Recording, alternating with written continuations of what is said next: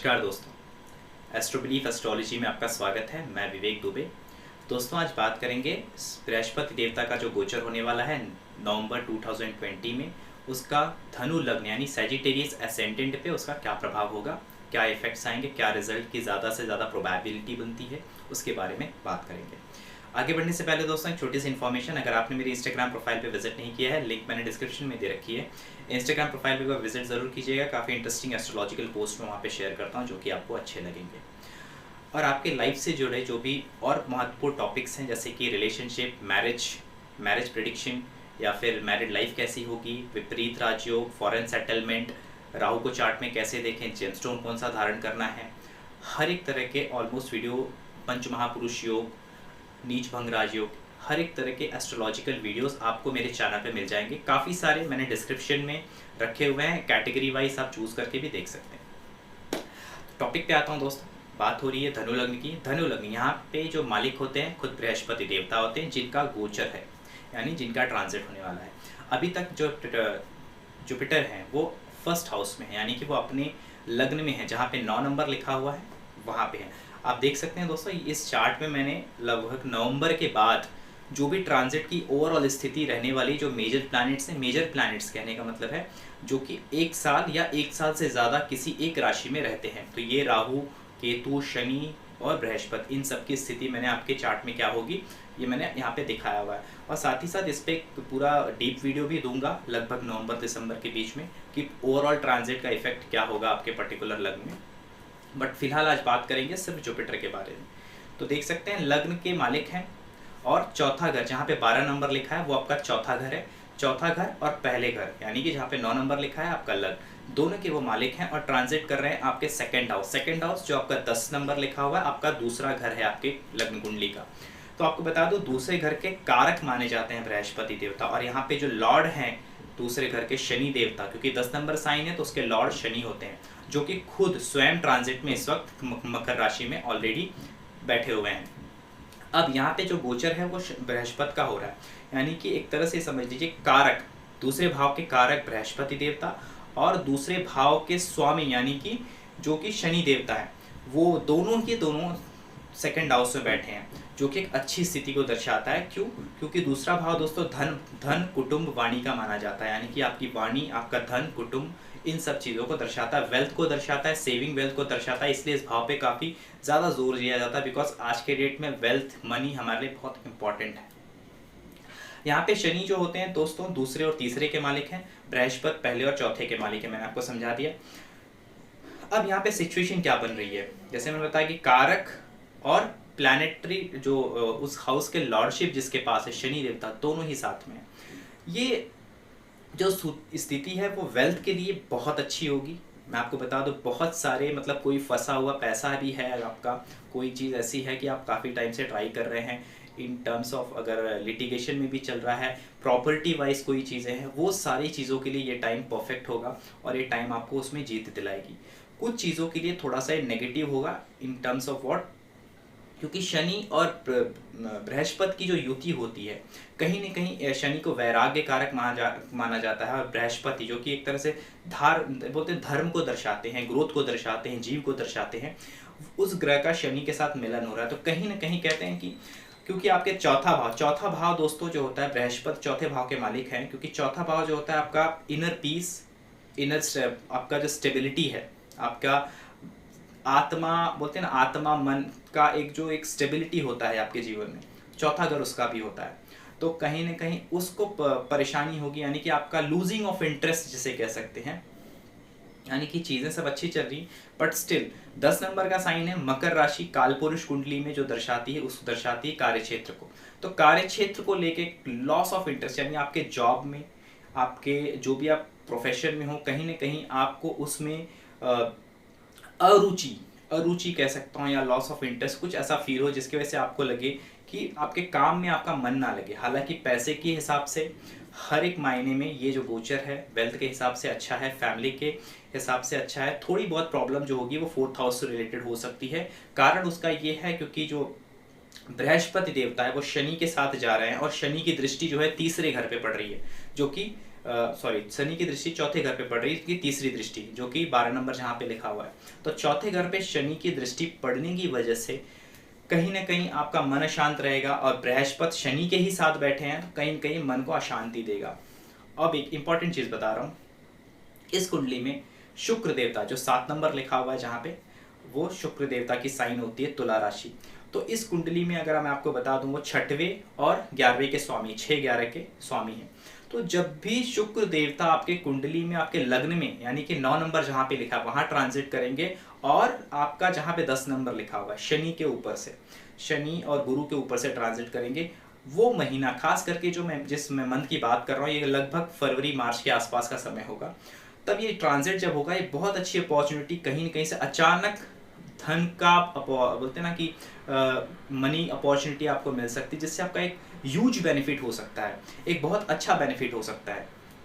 अब बात करते हैं बृहस्पति देवता की जो दृष्टियां हैं। बृहस्पति देवता यहाँ पे दूसरे भाव में बैठ के जो दृष्टि दे रहे हैं, 6वें भाव पे उनकी पंचम दृष्टि पड़ रही है, उनकी 7वीं दृष्टि आपके अष्टम भाव पे पड़ रही है, और उनकी जो 9वीं दृष्टि है वो आपके 10वें भाव पे पड़ रही है। तो आप खुद समझिए, जैसे कि जो दूसरे भाव का संबंध 2, 6, 8 और 10 से हो रहा है। 2-10 का संबंध कार्य क्षेत्र के लिए अच्छा है, यानी कि कहीं ना कहीं कार्य क्षेत्र से भी धन आगमन होगा, उससे आपका मतलब कहीं ना कहीं सोर्स ऑफ इनकम आपकी अच्छी होगी from the working point of view, profession के तौर पे देखा जाए। 2-6 का संबंध जो बन रहा है दृष्टि की वजह से, उससे मैं कह सकता हूँ कहीं ना कहीं पे आपका पैसा किसी अचानक से फैमिली में डिजीज से रिलेटेड हो सकती है, या फिर अननेसेसरी कोई लिटिगेशन चल रहा है उससे रिलेटेड, किसी कुछ मार झगड़े की वजह से, किसी अचानक से घर में कोई फाइट हो जाने की वजह से आपस में कुछ न कुछ हो सकता है।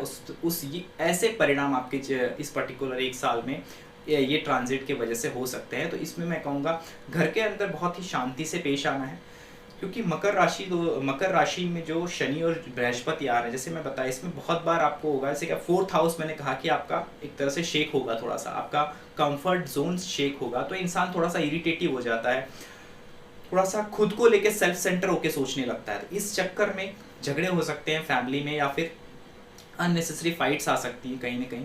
तो 2-6 का संबंध जो ये बन रहा है, बृहस्पति दूसरे भाव में बैठ के अपनी पंचम दृष्टि 6वें भाव पे डाल रहे हैं, और उनके वो शत्रु साइन भी है, जैसे कि शुक्र का साइन है, 2 नंबर लिखा हुआ है वहाँ पे। तो ये थोड़ा सा मैं कहूँगा उतना बेटर नहीं है। उसके बाद उनकी जो 7वीं दृष्टि है आपके अष्टम भाव पे पड़ रही है।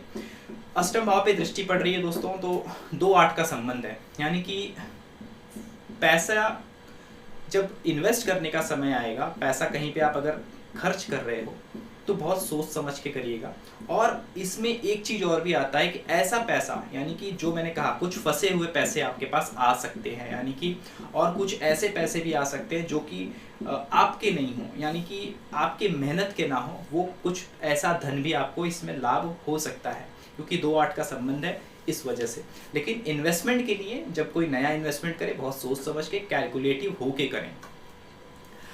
अब नक्षत्र की बात कर लेते हैं दोस्तों। बृहस्पति देवता पूरे एक साल में जो ट्रांजिट करेंगे, वो थ्रू आउट द जो नक्षत्र वो ट्रांजिट करने वाले हैं, उसमें वो सूर्य के नक्षत्र से ट्रांजिट करेंगे, चंद्रमा के नक्षत्र से ट्रांजिट करेंगे, उसके बाद मंगल के नक्षत्र से ट्रांजिट करेंगे, और लगभग शतभिषा तक वो जाएंगे।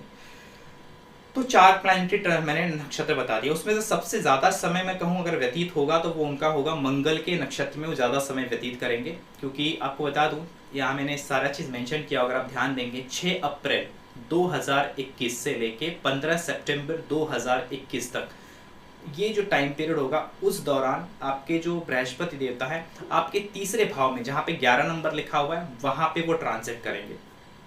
तीसरे भाव में जो बृहस्पति का ट्रांजिट होगा, ये कहीं ना कहीं टाइम पीरियड बहुत अच्छा मैं नहीं कहूँगा। ये टाइम पीरियड तभी बहुत अच्छा होगा अगर आपके कुंडली में, आपके नेटल चार्ट में आपके मंगल की स्थिति बहुत अच्छी है। मंगल 10वें भाव में है, मंगल पहले में है, मंगल 11वें भाव में है, या मंगल पंचम भाव में है, मंगल 9वें भाव में है कहीं ना कहीं, तो ये स्थिति आपके लिए अच्छी होगी। मंगल यहाँ पे अगर 12वें 8वें में अगर बैठा हुआ है, इवन 6वें में भी बैठा हुआ है, तो उतना बेनिफिट नहीं होगा जो मैंने कहा। और तीसरे भाव में जाने से कुछ परेशान कर सकते हैं, क्योंकि लग्नेश का तीसरे भाव में जाना, यानी कि ऐसा हो सकता है कि ये जो टाइम पीरियड मैंने बताया आपको 6 अप्रैल 2021 से लेकर 15 सितंबर, ये उतना अच्छा नहीं है इन टर्म्स ऑफ किसी एक काम को करने के लिए आपको एफर्ट ज़्यादा करना पड़ सकता है, क्योंकि तीसरा भाव जो होता है कुछ एक्स्ट्रा एफर्ट का होता है, आपकी छोटी छोटी यात्राओं का होता है, आपके रिस्क टेकिंग एपेटाइट्स का होता है। तो कहीं ना कहीं थर्ड हाउस में शनि की राशि है, और एक रूल के हिसाब से शनि के राशि में जब भी बृहस्पति जाते हैं उस स्थान की हानि करते हैं। ये एक लॉजिकल रूल है, एक यानी कि शनि के राशि में जब भी बृहस्पति जाएंगे उस घर की हानि करते हैं, उस हाउस की, उस भाव की हानि करते हैं। और इस वजह से मैं कह रहा हूँ कि थर्ड हाउस, वैसे भी बृहस्पति का थर्ड हाउस में जाना बहुत अच्छा नहीं माना जाता। इस वजह से थर्ड हाउस में जब जाएंगे बृहस्पति देवता, कहीं ना कहीं थोड़ा सा मैं कहूँगा इसमें ये थोड़ा सा एक्स्ट्रा एफर्ट लेने का टाइम होगा। आपका थोड़े लाइफ में भागदौड़ बढ़ सकती है, छोटी छोटी यात्राएं बढ़ सकती हैं, एफर्ट्स आपके बढ़ाने पड़ेंगे आपको रिजल्ट निकालने के लिए, ये वो टाइम रहेगा। जिसके भी चार्ट में मंगल जितना अच्छा प्लेस्ड होगा, ये ट्रांजिट उतना अच्छा उसको रिजल्ट देगा। और मैं बता दूं, जब भी चंद्रमा के नक्षत्र से ट्रांजिट करेंगे, चंद्रमा के नक्षत्र से लगभग अगर देखा जाए तो ये करीबन जनवरी के बाद से ट्रांजिट वो चंद्रमा के नक्षत्र में करेंगे। तो चंद्रमा के नक्षत्र, चंद्रमा यहाँ अष्टमेश है, 4 नंबर जहाँ लिखा है वो चंद्रमा का साइन है दोस्तों। तो अष्टमेश होने की वजह से अगर चंद्रमा आपकी कुंडली में खराब है, खराब होने का मतलब वो गलत स्थिति में है, चंद्रमा मान लीजिए आपका 8वें 12वें 6वें में है, इवन मैं कहूँ 10वें भाव में भी है, या फिर ऐसी अवस्था में राहु केतु के साथ गलत भाव में बैठा हुआ है, कुछ भी एफ्लिक्टेड मून अगर आपका है, और या फिर मून डिग्री वाइज बहुत कमज़ोर है, इन टर्म्स ऑफ दैट मैं कहूँगा कि जब चंद्रमा के नक्षत्र से बृहस्पति का ट्रांजिट होगा तो थोड़ा सा ये जो टाइम पीरियड होगा आपके, जो मैंने कहा आपके मन के जो शांति की मैंने बात की, 4th हाउस और आपका लग्न, ये दोनों को शेक करेगा थोड़ा सा, यानी कि वो टाइम पीरियड ज़्यादा डिफिकल्ट जाएगा। आप हर एक जो भी चीज़ें आप ट्राई करोगे ऑब्स्टिकल्स ज़्यादा फील होंगे, ऐसा लगेगा कि हर चीज़ में रुकावटें आ रही, जो मैं ट्राई कर रहा हूँ उसमें रुकावटें आ रहे हैं, आपको ज़्यादा चैलेंजेस का सामना करना पड़ा जो कि ईजिली हो सकता था वो काम। तो ऐसे चीज़ें हो सकती है जब श्रवण नक्षत्र से वो ट्रांजिट करेंगे चंद्रमा के। जैसे मैंने कहा ज़्यादा समय वो मंगल के नक्षत्र में बिताएंगे, क्यों? क्योंकि देखिए ये ट्रांजिट करते हुए जाएंगे एक्वेरियस तक, यानी कि अभी आपको पता होगा अगर, तो धनिष्ठा नक्षत्र का जो लगभग जो एरिया है वो मकर राशि से स्टार्ट होके लगभग वो धनु तक, सॉरी एक्वेरियस तक, यानी कि कुंभ तक जाता है। तो इस वजह से वो रेट्रो भी होंगे बीच में, यानी कि आप रेट्रो का भी मैंने देखिए डेट मेंशन किया हुआ है, लगभग समझ लीजिए 20 जून से लेके 18 अक्टूबर तक जो बृहस्पति हैं वो रेट्रो होंगे, यानी वक्री होंगे, जो कि कुंभ राशि से पुनः पीछे आएंगे, यानी कि मकर की तरफ आएंगे, रेट्रो होंगे, वक्री अवस्था में जाएंगे। तो वक्री अवस्था में जो समय है मैंने आपको बता दिया। तो ये जो समय होगा वक्री का, और मैंने जो अप्रैल के समय बताया, थोड़ा सा उसको आप सोच समझ के डील कीजिएगा, क्योंकि थर्ड हाउस में, लेकिन इतना भी बुरा नहीं है, इतना भी नेगेटिव मत लीजिएगा, जस्ट मैं आपको इंटीमेट कर रहा हूँ, उस हिसाब से लीजिएगा।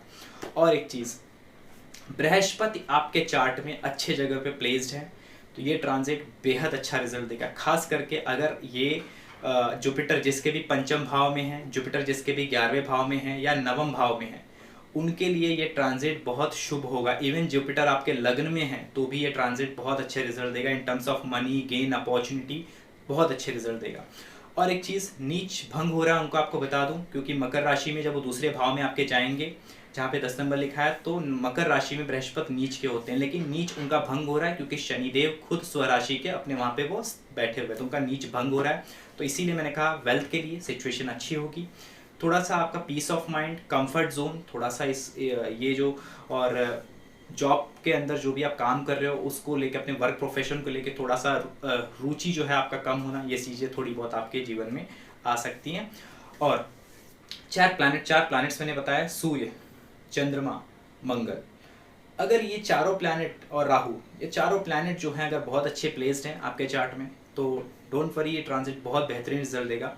बट अगर मान लीजिए 2 अच्छे प्लेस्ड हैं, 2 खराब प्लेस्ड हैं, उस हिसाब से आप देख लीजिएगा कि आपके चार्ट में चारों प्लैनेट यानी कि सूर्य, चंद्रमा, मंगल, राहु, इनकी स्थिति कितनी अच्छी है, उस बेसिस पे ये ट्रांजिट उतना ही अच्छा फल देगा। और इम्पॉर्टेंट चीज़ दोस्तों, ट्रांजिट बहुत लोगों के लिए एक जनरल व्यू होता है, इससे बहुत दिल से मत लगाइएगा कि ऐसा मेरे साथ होगा, मैंने ऐसा कहा, ऐसा कोई बात नहीं होती है। अगर आपकी बृहस्पति की महादशा चल रही है, या शनि की महादशा चल रही है, या किसी ऐसे प्लैनेट का महादशा चल रहा है जो कि बृहस्पति के नक्षत्र में बैठा हुआ है, तो ये ट्रांजिट आपको ज़्यादा इफेक्ट करेगा। अगर किसी और ग्रह की महादशा चल रही है तो उतना इफेक्ट नहीं करेगा। अंतरदशा देख लीजिएगा, महादशा या अंतरदशा में बृहस्पति अगर हैं तो ये ट्रांजिट का असर आप पे ज़्यादा होगा, अगर नहीं है तो ट्रांजिट का असर कम होगा, आपको बता दूं। तो ये था ओवरऑल दोस्तों धनु लग्न वालों के लिए कैसा रहेगा ये ट्रांजिट। और आशा करता हूँ आपको वीडियो अच्छा लगा। वीडियो को लाइक ज़रूर कीजिएगा और चैनल को सब्सक्राइब कीजिएगा। मिलता हूँ आपको नेक्स्ट अच्छे वीडियो के साथ। नमस्कार।